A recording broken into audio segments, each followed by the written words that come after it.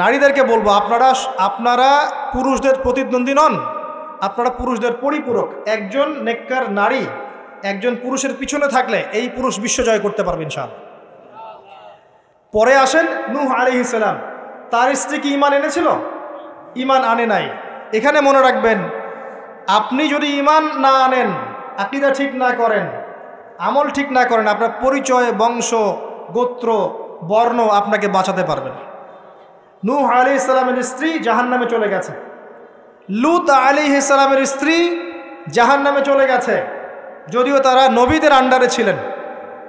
আল্লাহর রাসূল সাল্লাল্লাহু আলাইহি ওয়াসাল্লাম তার মেয়ে ফাতিমা রাদিয়াল্লাহু আনহাকে বলেছেন, দুনিয়াতে যা চাওয়ার আমার কাছে চেয়ে নাও, পরকালে তোমার উপকার করতে পারছি না আমি।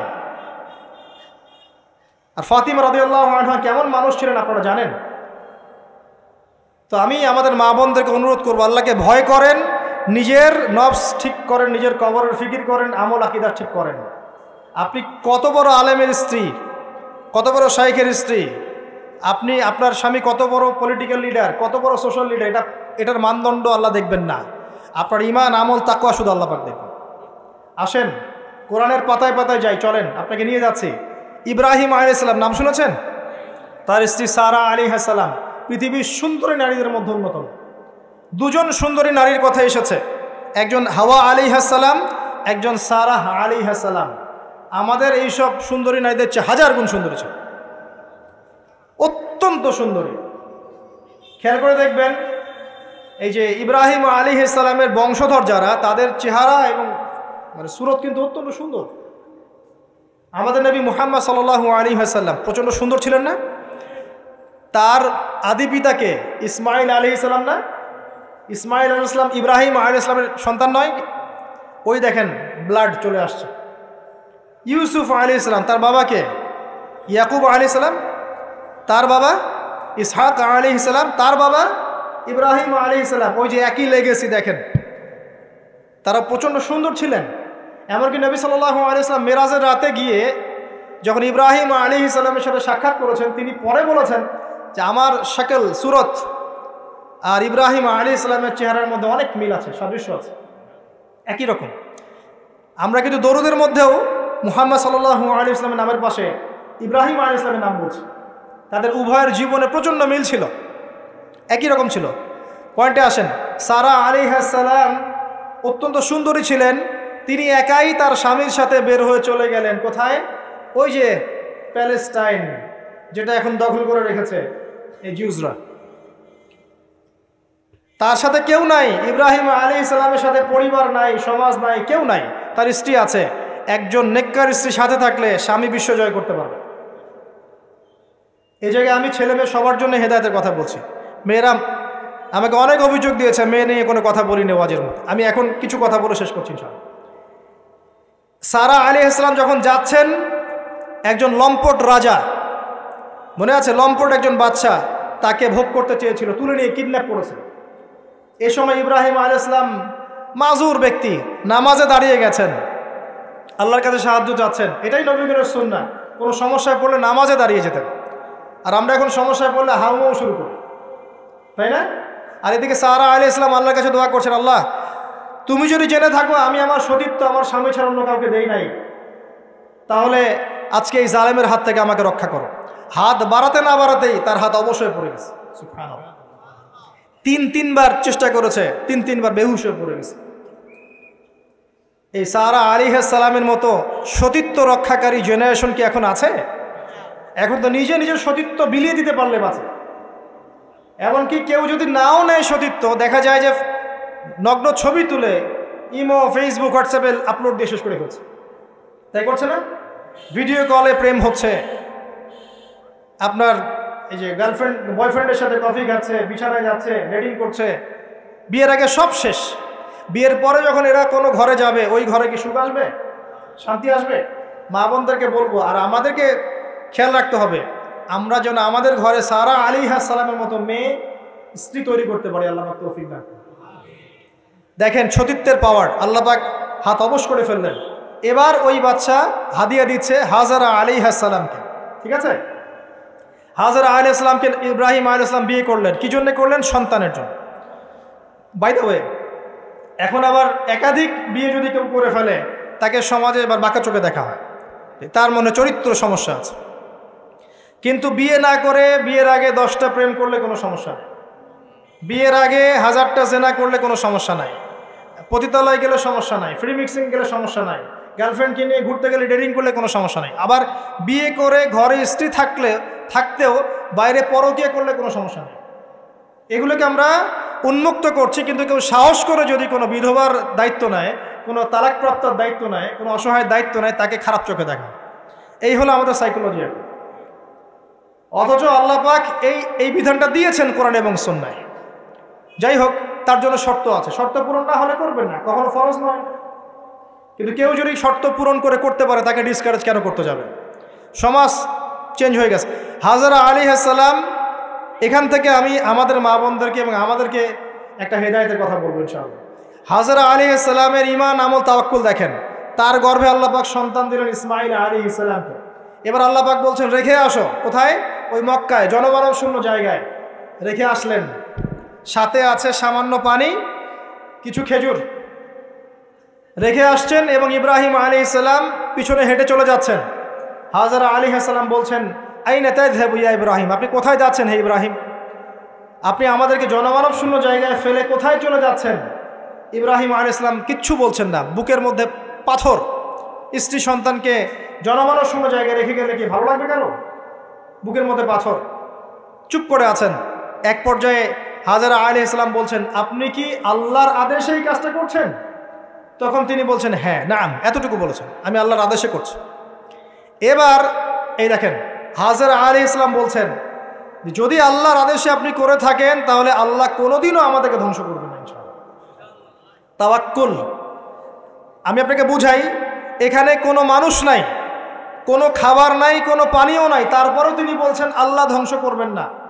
আপনি কি বুঝতে পারছেন কি অবস্থা?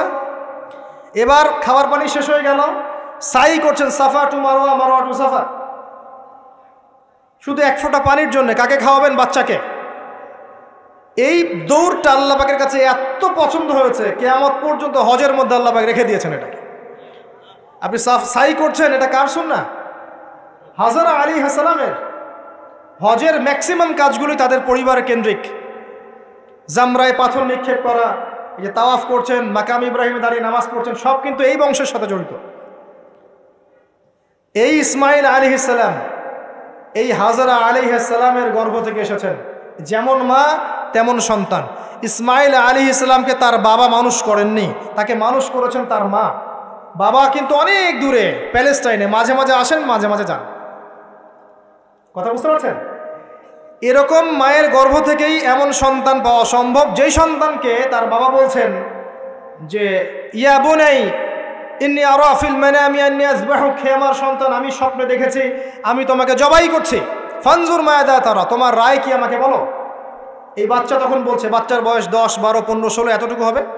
সে বলছে ইয়া আবাতি, হে আমার বাবা, ইফআল মা তু'মার, আপনাকে যা আদেশ করা হয়েছে তাই করেন। সাতাজিদুনি ইনশাআল্লাহু মিনাস সাবিরিন, ইনশাআল্লাহ আপনি আমাকে ধৈর্যশীল পাবেন। যেমন মা তেমন সন্তান। মা বলেছে আল্লাহ আমাকে দেখবে, ওই দেখেন সন্তান জবাই করে দেন, আল্লাহ আমাকে ধৈর্যশীল পাবেন ইনশাআল্লাহ। এরকম স্ত্রী ঘরে ঘরে না থাকলে আমরা কি ইসমাঈলের মতো সন্তান পাবো? যে স্ত্রীগুলোকে আপনি বিয়ে করছেন তারা কি আসলে এমন? বিয়ের সময় দেখেছেন আপনি শ্বশুরের সম্পত্তি, মেয়ের সৌন্দর্য, বা পালিয়ে করেছেন, অ্যাফেয়ার করে করেছেন, এখন বিয়ের পরে হাওমাও করছেন। বিয়ের আগে তো দিনদারিতা দেখেন নাই। আল্লাহর নবী কখনো বলেননি 4টা গুণ দেখে বিয়ে করো, হাদিসের শব্দ এমন নয়। ওলামায়ে কেরামকে জিজ্ঞাসা করেন 4টা গুণ দেখে বিয়ে করো নয় শব্দটা, 4টা গুণ দেখে সাধারণত বিয়ে করা হয়। 4টা গুণ দেখে সাধারণত বিয়ে করা হয়। সম্পদ, সৌন্দর্য, বংশ, দিনদারিতা। তোমরা দিনদারিতাকে প্রাধান্য দাও, না হলে তোমাদের হাত ধুলোই ধূসরিত হবে। এখন দেখা যায় দিনই ভাইরা দিনদার ক্যাটরিনা কাইফ খুঁজতেছে। দিনদার মেয়ে চাই কিন্তু সুন্দরী লাগবে আবার। কেন? একটু অসুন্দর হলে আপনার চলবে না? আপনার স্ত্রীর কাছে যা আছে অন্য মেয়ের কাছে তাই আছে, এর বাইরে কিছু নাই। আর 2 দিন পরে, 1 বছর, 2 বছর, 3 বছর পরে, 5 বছর পরে গিয়ে দেখবেন সব সমান হয়ে গেছে। এই দেহের সৌন্দর্য থাকবে না। মনে তাকওয়া থাকলে, আল্লাহওয়ালা স্ত্রী হলে আপনি দুনিয়াতে জান্নাতে থাকবেন ইনশাআল্লাহ। দুনিয়াতে আপনি জান্নাতে থাকবেন ইনশাআল্লাহ। আর যদি ঘরে একটা বদকার স্ত্রী থাকে তাহলে আপনার দুনিয়ায় জাহান্নাম, দুনিয়া জাহান্নাম। অতএব বিয়ের সময় খুব কেয়ারফুল থাকবেন, আপনি দিনদার মেয়েকে প্রাধান্য দেন। এবং মেয়েদেরকেও বলবো দিনদার ছেলে ছাড়া বিয়ে করে না। অনেক বড় চাকরি করে, অনেক বড় ব্যবসা করে, এটা সেটা নামাজ পড়ে না, এগুলো দেখছেন না, সুদের চাকরি করে, ঘুষ খায়, আপনি রাজি হয়ে যাচ্ছেন, এরপরে গিয়ে পস্তাচ্ছেন যে হুজুর আমার সংসারে অশান্তি, এটা সেটা। এখন তো পস্তায় লাভ নাই, বরং আপনার সন্তানও হবে ওই নাস্তিক প্রজন্মের মতোই, নাউজুবিল্লাহ। আমরা দুনিয়ার স্বার্থ খুব ভালো চিনি, দুনিয়ার স্বার্থকে ত্যাগ করে দিনকে অগ্রাধিকার দেন, আল্লাহ পাক কবুল করবে ইনশাআল্লাহ। এই হলো ইসমাইল আলাইহিস সালামের মা। তিনি যেমন সন্তান তেমন এখানে আমাদের জন্য আদর্শ আছে। এখনও যদি আমরা দিনের বিজয় চাই, প্রত্যেক পরিবারের কর্তাকেও হতে হবে ইব্রাহিমের মতো আলাইহিস সালাম, প্রত্যেক পরিবারের সন্তানদেরকে হতে হবে ইসমাইলের মতো আলাইহিস সালাম, প্রত্যেক পরিবারের মা বোনদেরকে হতে হবে হাজরা সারার মতো, তবে আদর্শ পরিবার হবে ইনশাআল্লাহ। আল্লাহ পাক আমাদের সবার পরিবার এমন করে দিন, আল্লাহুম্মা আমিন। এবং এটা অসম্ভব কিছু না, এটা সম্ভব। এটা করতে গেলে আপনাকে সরকার প্রশাসন বাধা দিবে না, আপনাকে পিটাবে না, কিচ্ছু করবে না, এটা আপনার উপরে, এটা আপনি করতে পারেন। এই ইসলাহ সংশোধন আপনি করতে পারেন, চেষ্টা করেন, আল্লাহ পাক তৌফিক এনায়েত করুন। আর কয়েকটা আমি নসিহত করে শেষ করছি মেয়েদের জন্য। সেটা হচ্ছে এর পরে চলে আসেন মারিয়াম আলাইহিস সালাম।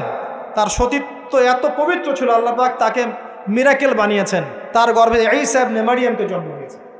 খেয়াল করে দেখেন, ফেরাউন, মনে আছে ফেরাউন, তার ঘরে একজন ইমানদার মহিলা ছিল না? নবী সাল্লাল্লাহু আলাইহি ওয়াসাল্লাম মেরাজে গিয়েছেন, সেখানে দেখেছেন বেশিরভাগ অধিবাসী জাহান্নামে নারী। এর মধ্যেও তিনি একটা সুগন্ধ পাচ্ছেন জান্নাতের। তিনি জিজ্ঞাসা করলেন এই সুগন্ধ কোত্থেকে আসছে? তখন জিবরাইল আলাইহিস সালাম তাকে জানিয়ে দিলেন, এটা ফেরাউনের সেই যে দাসী যাকে ফেরাউন হত্যা করেছিল ঈমানের কারণে, ওর ঘর থেকে, জান্নাতের সেই ঘর থেকে সুগন্ধ আসছে। ফেরাউনের ঘরেও মুমিনা নারী থাকতে পারে, তাহলে আমাদের ঘরে থাকতে পারে না? থাকতে পারে। ফেরাউনের ঘটনা মনে পড়লো যে মুসা আলাইহিস সালাম, তার মা সন্তানকে ভাসিয়ে দিয়েছিলেন না সিন্ধুকে, মনে আছে? আল্লাহ পাক ওই সন্তানকে তার কোলে আবার ফিরিয়ে দিয়েছেন, মনে আছে? এখানে একটা শিক্ষা আছে। প্রিয় মা বোনরা, আপনারা যদি আপনাদের সন্তানকে আল্লাহর পথে দেন, আল্লাহ পাক আপনার চক্ষু শীতল করে দিবেন ইনশাআল্লাহ। ওই সন্তানকে ঘুরিয়ে এমন একটা অবস্থান দিয়ে আপনার কাছে নিয়ে আসবেন, আপনি ওকে দেখে পরিতৃপ্ত হয়ে যাবেন ইনশাআল্লাহ। এখানে নসিহত আছে। তিনি ভাসাতে পারছিলেন না, মন কাঁদছিল, আল্লাহ পাক মনটাকে কিন্তু নরম করেছেন, শক্ত করেছেন, মনটা শক্ত করেছেন। তারপরে আল্লাহ পাক ওখানে একটা ইলহাম করেছেন, তিনি ভাসিয়ে দিয়েছেন। তারপরে আল্লাহ পাক ওই সন্তানকে আবার তার কোলে ফিরিয়ে দিয়েছেন দুধ পান করানোর জন্য। ঘটনাটা পড়ে দেখেন। আপনি যদি আপনার সন্তানকে আল্লাহর পথে দেন, আপনার সন্তানকে যোগ্য করে আল্লাহ আপনার সামনে নিয়ে এসে দাঁড় করিয়ে দেবেন ইনশাআল্লাহ। আপনি দেখে চোখ শীতল করে ফেলবেন, আল্লাহর উপর ভরসা রাখেন। মুসা আলাইহিস সালামের কথা একটা ঘটনা মনে পড়লো। তিনি যখন ওই যে ঘুষি দিয়ে একজন মরে গেছে, তিনি চলে গেলেন ওই কওমে শুআইব মাদিয়ানে, সেখানে গিয়ে বসে আছেন এবং দেখছেন দুইজন মেয়ে পানি আনার জন্য এসেছে, তাই না? পানি আনতে পারছে না, তিনি গিয়ে হেল্প করলেন। এই মেয়ে দুটো গিয়ে শুআইব আলাইহিস সালামকে বললেন যে হুয়া রাজুলুন কাওয়িউন আমিন, একজন ব্যক্তিকে দেখেছি সে খুব কাওয়ি, শক্তিশালী এবং আমিন, বিশ্বস্ত। শুআইব আলাইহিস সালাম পাঠালেন তাকে ডেকে নিয়ে আসো। এবার এই যে মেয়েটা হেঁটে হেঁটে আসছে, এদিকে মুসা আলাইহিস সালাম গাছের আড়ালে বসে দোয়া করছেন, রব্বি ইন্নী লিমা আনজালতা ইলাইয়া মিন খায়রিন ফাকির। এই মেয়ে হেঁটে হেঁটে এসে মুসা আলাইহিস সালামকে বলছেন, আমার বাবা আপনাকে ডাকছেন। এই মেয়েটার হেঁটে হেঁটে আসাটাকে আল্লাহ পাক সূরার মধ্যে বলেছে যে এই মেয়েটা লাজুক পায়ে হেঁটে হেঁটে এসেছে। কিভাবে? লাজুক ভঙ্গিতে সে হেঁটে হেঁটে এসে বলেছে, আমার বাবা আপনাকে ডাকছেন। কথা বুঝতে পারছেন? এই লজ্জাশীলতা এখনকার মেয়েদের মধ্যে আপনি আমাকে দেখান। এই লাজুক ভঙ্গিতে হেঁটে আসা মেয়েদের যে হাঁটাটাও পর্দা, মেয়েদেরকে কে বুঝাবে হাঁটার মধ্যেও পর্দা আছে? কে বুঝাবে যে গলার ভয়েসে পর্দা আছে, চোখের চাহনিতে পর্দা আছে? একটা মেয়ে সব কিছু ঢেকেছে, মনে করেন চোখটা ঢাকে নাই, এই চোখ দুটো দেখেই একটা ছেলে তার প্রেমে পড়তে পারে। একটা ছেলে হিসেবে বলছি, এটা সম্ভব। একটা হাতের কবজি দেখে আপনি একটা মেয়ের প্রেমে পড়তে পারেন, ভালো লাগতে পারে, সম্ভব। মেয়েদেরকে আল্লাহ পাক এত সুন্দর করে সৃষ্টি করেছে। আল্লাহ পাকের সবচেয়ে শ্রেষ্ঠ সৃষ্টি হচ্ছে মেয়েরা। মানুষ তো অবশ্যই, তারপরে মেয়ে মানুষ। এই নারী আপনার হয় জান্নাতের মাধ্যম হবে, অথবা আপনার জীবনের সবচেয়ে বড় ফিতনা হবে। কারণ নবী সাল্লাল্লাহু আলাইহি ওয়াসাল্লাম বলেছেন, আমি পুরুষদের জন্য মহিলাদের চেয়ে বড় কোনো ফিতনা রেখে যাচ্ছি না। প্রচণ্ড বড় ফিতনা হতে পারে, সাবধান। তো এখানে দেখেন মেয়ের হাঁটার বর্ণনা আল্লাহ পাক দিয়েছেন। এখনকার জেনারেশনে মেয়েদেরকে আপনি হাঁটা শেখান, রাস্তাঘাটে, শপিং মলসে, সব জায়গায় দেখবেন গেঞ্জি আর জিন্স আর টি শার্ট পরে, ফর্মাল পোশাক পরে, স্যুট বুট পরে ঘুরছে। মাঝে মাঝে পোশাকের এখানে ওখানে ফাড়া ছেঁড়া, এটাই নাকি স্টাইল। এমন পোশাক পরছে যেটা পরেও দেহের অঙ্গ প্রত্যঙ্গ বোঝা যাচ্ছে, এমন পোশাক পরছে যেটা বাহির থেকে ভিতরের অঙ্গ দেখা যাচ্ছে। অমুসলিমদের পোশাক পরছে, ছেলেদের পোশাক পরছে, এগুলো সবই আখিরুজ্জামানের সাইন। আখিরুজ্জামান এরকম মেয়েদের সংখ্যা বাড়বে। নিসাউন কাসিয়াতুন আরিয়া, এরা কাপড় পরেও নগ্ন থাকবে। মুইলাতুন মামিলাত, এরা মানুষকে আকৃষ্ট করবে, নিজেরাও আকৃষ্ট হবে। এরা জান্নাতের গন্ধও পাবে না, যদিও জান্নাতের গন্ধ যোজন যোজন দূর থেকে পাবে। আখিরুজ্জামানের সাইন আপনি দেখবেন, মেয়েরা ছেলেদের পোশাক পরে ঘুরছে। এখন এই শুআইব আলাইহিস সালামের মেয়ের মতো এদেরকে কে লজ্জা শেখাবে? নাই লজ্জা শরমের বালাই। স্যার ক্লাস নিচ্ছে, সে গোল হয়ে বসে আছে, কোচিং করছে। টিচার গায়রে মাহরাম, সে ক্লাস নিচ্ছে, পড়াচ্ছে, গোল টেবিল করে বসে আছে মেয়েরা। দেখবেন কারো গায়ে হিজাব নাই, সালোয়ার কামিজ পরে ক্লাস করছে এবং দেহের অঙ্গ প্রত্যঙ্গ বোঝা যাচ্ছে। এবং কোনো কোনো সময় দেখবেন টিচারও সুযোগ নিচ্ছে, গায়ে হাত দিচ্ছে, বলছে ও তো আমার মেয়ের মতো। হ্যাঁ, আমরা তো ইউনিভার্সিটিতে পড়েছি। এরপরে খেয়াল করে দেখবেন টিচারের সাথে ছাত্রীর প্রেম হয়ে গেছে। কত মেয়ে যে রেপের শিকার হচ্ছে, মুখ ফুটে বলে না। যে কয়টা খবর আসে পেপার পত্রিকা, এগুলো খুব নগণ্য খবর, বাস্তবতা আরও অনেক কঠিন, পরিসংখ্যান অনেক বেশি, অনেক বেশি। মেয়েরা তো আর মুখ ফুটে বলবে না আমার সাথে এরকম অন্যায় করা হয়েছে। কিছু কিছু মেয়ে যখন বলে তখন আপনি খবর পান। অনেক মেয়ে প্রাইমারি স্কুল থেকেও, তারা প্রাইমারি লেভেল থেকে একদম বয়স যখন 10-15, এখান থেকে শুরু করে কলেজ পর্যন্ত ধর্ষণের শিকার হয়েছে, রেপের শিকার হয়েছে, গার্লফ্রেন্ড বয়ফ্রেন্ডের দ্বারা বা টিচারের দ্বারা, কোনো কোনো ক্ষেত্রে চলতে ফিরতে গুন্ডা মাস্তানের দ্বারা। এটা হচ্ছে ফ্রি মিক্সিং কারণে।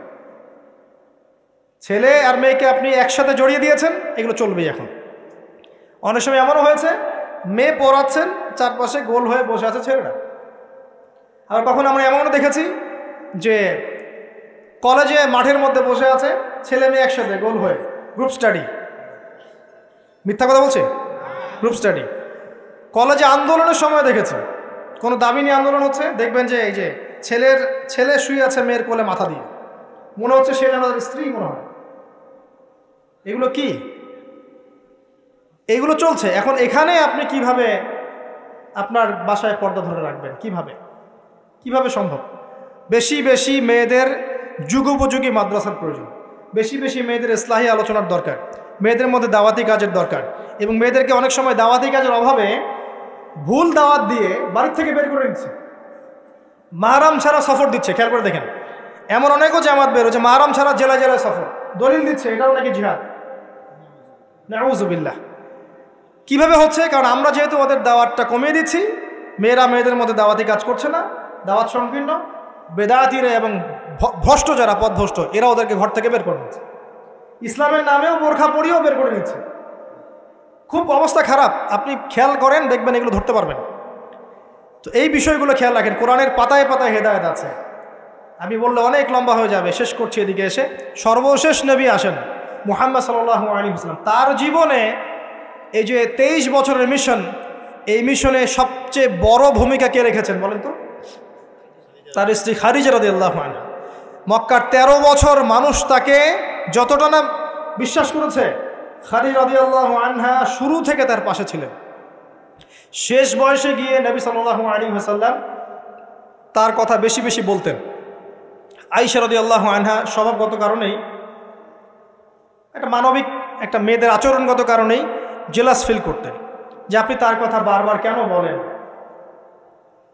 তিনি বলতেন, হে আয়েশা, তোমরা খাদিজাকে ভালো মন্দ বলো না, যখন কেউ আমার কথা বিশ্বাস করে নাই খাদিজা করেছে রাদিয়াল্লাহু আনহা। তিনি এমন একজন মানুষ ছিলেন যিনি তার প্রতিপত্তি, সম্পদ, সামাজিক খ্যাতি সবকিছু ইসলামের কল্যাণে ঢেলে দিয়েছেন।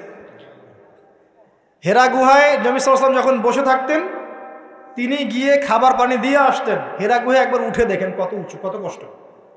আমরা যুবক বয়সে উঠতে পারবো না, এখন সহজ। তারপরেও কষ্ট আছে। এখন না হয় সহজ, ওই সময় কি সিঁড়ি ছিল? তিনি এভাবে উঠতেন, খাবার দিতেন। চিন্তা করে দেখেন, একজন নারী কাজটা করতেন। এবার আসেন, খাদিজা রাদিয়াল্লাহু আনহার বান্ধবীদেরকে খুঁজে খুঁজে নবী সাল্লাল্লাহু আলাইহি ওয়াসাল্লাম গোশত হাদিয়া পাঠাতেন, তাকে এত ভালোবাসতেন। জিবরাইল আলাইহিস সালাম এসে খাদিজা রাদিয়াল্লাহু আনহাকে সালাম দিয়েছেন। নবীজিকে বলেছেন, ওই যে খাদিজা আসছে ইয়া রাসূলুল্লাহ, তিনি যখন আসবেন তাকে বলবেন যে জিবরাইল আলাইহিস সালাম তাকে সালাম দিয়েছেন, এবং আল্লাহ পাক তার জন্য জান্নাতে এমন একটা ঘর নির্মাণ করেছেন যেখানে কোনো হট্টগোল নাই, কোনো শোরগোল নাই। খাদিজা রাদিয়াল্লাহু আনহা, তার ইন্তেকালে নবী সাল্লাল্লাহু আলাইহি ওয়াসাল্লাম অত্যন্ত ব্যথিত হয়েছিলেন। তার বয়স তখন কত? 23। খাদিজা রাদিয়াল্লাহু আনহার বয়স তখন 40, বিয়ের সময়। কোনো ছেলে কি সাধারণত এত বছরের মহিলাকে বিয়ে করতে চাইবে? নবী সাল্লাল্লাহু আলাইহি ওয়াসাল্লাম করেছেন। তাদের মাঝে এত হৃদ্যতা, ভালোবাসা ছিল যেটা অন্য কোথাও ছিল না। হ্যাঁ, পরবর্তীতে আয়েশা রাদিয়াল্লাহু আনহার ক্ষেত্রেও নবী সাল্লাল্লাহু আলাইহি ওয়াসাল্লাম বলেছেন যে আমার মন আয়েশার দিকে বেশি টানে, এই কারণে তোমরা আমাকে ভৎসনা করো। মানুষের মন সব দিকে সমান তো হবে না, কারো দিকে একটু বেশি ঝুঁকবে, এই জন্য তোমরা আমাকে ভৎসনা করো। আয়েশা রাদিয়াল্লাহু আনহা যতগুলো হাদিস আপনি জানছেন, এর মধ্যে ম্যাক্সিমাম হাদিস যে কয়েকজন রাবি বর্ণনা করেছেন তার মধ্যে একজন হচ্ছেন আয়েশা রাদিয়াল্লাহু আনহা। এই ঘরের হাদিসগুলো কার থেকে জানলেন? আয়েশা রাদিয়াল্লাহু আনহা থেকে। ইসলামের খেদমতে আয়েশা রাদিয়াল্লাহু আনহার যে ভূমিকা, আমাদের এই সেকুলার সোসাইটির সমস্ত নারীকে একত্রিত করলেও কোনো খেদমত আসবে না। আসবে? তিনি স্বামীর অকৃতজ্ঞ হয়, লানত করে, অভিশাপ দেয়, বুক চাপড়ায়, মাতম করে এবং আল্লাহ এবং তার রাসূলের অবাধ্য হয়। 4টা কারণ এসেছে মোটামুটিভাবে। মৃত্যুবরণ করলে কেউ তারা মাতম করে, গাহাত পাত থাপড় দেয়, চাপড়ায়, জামা কাপড় ছিঁড়ে ফেলে, অনেক ক্ষেত্রে এমন করে। এই কারণে মাইয়াতকে শাস্তি দেওয়া হয়, মা বোনদেরকে এটা ত্যাগ করতে হবে। এরপরে স্বামীর অকৃতজ্ঞ হয়, স্বামী সারা জীবন যদি তার জন্য কাজ করে, তার জন্যে তার ভরণ পোষণের ব্যবস্থা করে, একদিন যদি কোনো কিছু ভালো না পায় বলে বসে সারা জীবন তোমার কাছে কিছুই পেলাম না, এবং বেশি বেশি অভিশাপ দেয়, ঝগড়া লাগলেই গালিগালাজ এবং অভিশাপ দিয়ে বসে। এই কাজগুলো যদি তারা ত্যাগ করতে পারে, ইনশাল্লাহ তারা বেশি বেশি জাহান্নামে যাবে না।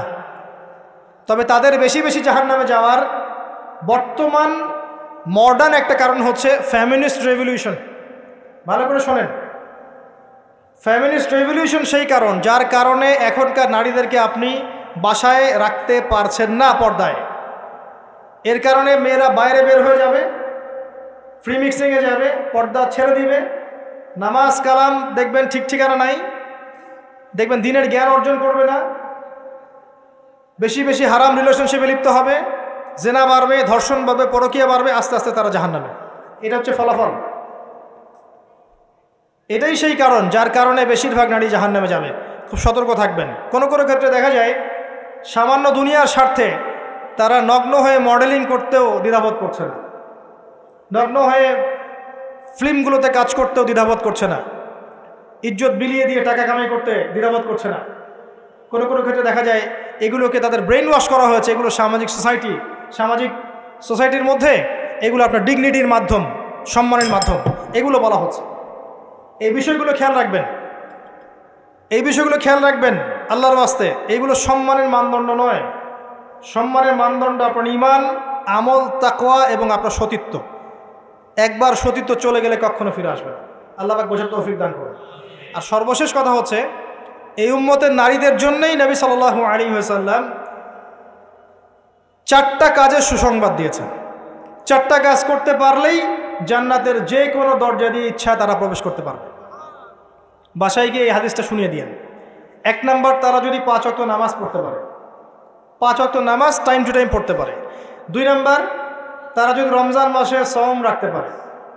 3 নাম্বার, তারা যদি লজ্জাস্থানের হেফাজত করতে পারে, মানে পর্দা করতে পারে। এখানে আমি খাস পর্দা বোঝাচ্ছি, ডিজিটাল পর্দা বোঝাচ্ছি না, খাস পর্দা বোঝাচ্ছি। পোশাক এমন হবে না যেটা পরলে শরীরের কাঠামো বোঝা যায়, এমন পোশাক চলবে না। পোশাক এমন হবে না যেটা পরলেও বাহির থেকে ভিতরের অঙ্গ দেখা যায়। পোশাক এমন হবে না যেটা অমুসলিমদের সাথে সাদৃশ্য আছে, আর পোশাক এমন হবে না যেটা পুরুষদের পোশাক। তারা যদি তাদের লজ্জাস্থানকে হেফাজত করতে পারে। আর 4 নাম্বার, যদি স্বামীর আনুগত্য করতে পারে। এই 4টা কাজ যে নারী করতে পারবেন, ইনশাআল্লাহ জান্নাতের যে কোনো দরজা দিয়ে ইচ্ছা প্রবেশ করতে পারবেন ইনশাআল্লাহ তাআলা। আমরা পারিবারিক ক্ষেত্রে স্বামীদেরকে অনুরোধ করব, আমাদের অনেক দোষ আছে, স্বামী ভাই পিতাদেরকে অনুরোধ করব যে মেয়েদেরকে ছোটবেলা থেকে পড়াশোনা শেখায়। কন্যা সন্তান হলে মুখটা কালো করার দরকার নাই, তারা আমাদের বোঝা নয়, বরং তারাই দেখবেন ওমর, খালিদ, ওসমান, আলীর মতো সন্তান জন্ম দেবে ইনশাআল্লাহ আযজা ওয়া জাল্লা। তাদের গর্ভ থেকেই সন্তান জন্ম হবে ইনশাআল্লাহ। সন্তান মেয়ে হলে মুখটা কালো করার প্রয়োজন নেই। আমরা ওদেরকে দিন শিক্ষা দিব, উপযুক্ত পরিবেশ দিব, নিরাপত্তা দিব, নিরাপদ পরিবেশে দিন শেখার ব্যবস্থা করব। এটা আমাদের উপর দায়িত্ব। তাদেরকে সম্পত্তির অধিকার দিতে হবে, এটা আমাদের উপর দায়িত্ব। জুলুম করা যাবে না, তাদের উপর জুলুম করা যাবে না। তাদের ব্যাপারটা, ফিতরতটা হচ্ছে তারা একটু বক্র হবে, তাদের ফিতরত, তাদের চরিত্র স্বভাব হচ্ছে তারা একটু বক্র হবে, এটাকে মেনে নিয়েই চলতে হবে। ফিতরত এটা ওদের, তারা বক্র হবে, আপনাকে আমাকে মেনে নিয়েই চলতে হবে। আল্লাহ পাক তৌফিক দান করুন। এটা এই জায়গায় শয়তান এসে সুযোগ খুঁজবে, এই জায়গায় শয়তান এসে সুযোগ খুঁজবে, এখানেই সবরের পরিচয় দিতে হবে। আল্লাহ পাক তৌফিক দান করুন। তাদের দিন শিক্ষা নিশ্চিত করার পর আমলের এখতিয়ার দিতে হবে। সারাদিন ওদেরকে দুনিয়ার কাজে ব্যস্ত করে রাখবেন না। আমরা ওদের উপর যত কাজের চাপ দিয়ে রাখি, এই কাজগুলো করার পর আমল করার ওদের ফুরসত থাকে না। কাজের চাপ কমিয়ে দেন। এতগুলো তরকারি কেন রান্না করতে হবে? 1-2টা করলেই তো এনাফ। সময় দেন, ওদেরকে সময় দেন। প্রতি বেলায় কেন চুলায় হাঁড়ি চলাতে হবে? নবী সাল্লাল্লাহু আলাইহি ওয়াসাল্লামের তো বাড়িতে 3 মাস কখনো চুলাই জ্বলে নাই, পরপর 2 বেলা তিনি কখনো পেট ভরে খাননি। আমাদের প্রত্যেক বেলায় কেন এত রান্না করতে হবে? ওদেরকে এত ব্যস্ত রাখবেন কেন? সময় দেন, পড়াশোনা করতে দেন, তালিম করতে দেন। 1 বেলা রান্না করেন, 3 বেলা খান। ওরা এত মার্কেটে ঘুরবে কেন? আমরা কি মরে গেছি নাকি? আমরা মাসের বাজার করে দেবো, 1 মাসের বাজার আগেই করা শেষ, বাসায় থাকো, মাসের বাজার করে ফেলবে। রমজান আসছে, রমজান আসার আগেই সব শপিং শেষ। রমজান মাস আসার আগেই রমজান এবং ঈদের সব শপিং শেষ করে ফেলেন। যতটুকু সামর্থ্য আছে এটা দিয়ে করেন। রমজান মাস পুরো ইবাদতে কাটাবেন ইনশাআল্লাহ। ঘন ঘন মার্কেটে যাবেন না, বাড়ির মা বোনদেরকে এত মার্কেটে যেতে দিবেন না, বাসায় রেখে দিবেন। এত প্রয়োজন নাই তো আমাদের। বাসায় পরিবেশটাই মূল কথা। আমরা ওদের উপর অনেক জুলুম করে ফেলি, ওদের প্রতি ভ্রুক্ষেপ করি না। দেখবেন নিজের স্ত্রীকে ভালো লাগে না, সারাদিন বাইরে যে মুভিজ দেখতে দেখতে, পর্নোগ্রাফি দেখতে দেখতে এবং ফ্রি মিক্সিং চলতে চলতে নিজের স্ত্রীর চেহারা আর ভালো লাগে না। বিয়ের আগে যে 10টা প্রেম করে আসছে, এখন স্ত্রীর চেহারা ভালো লাগবে কেমন করে?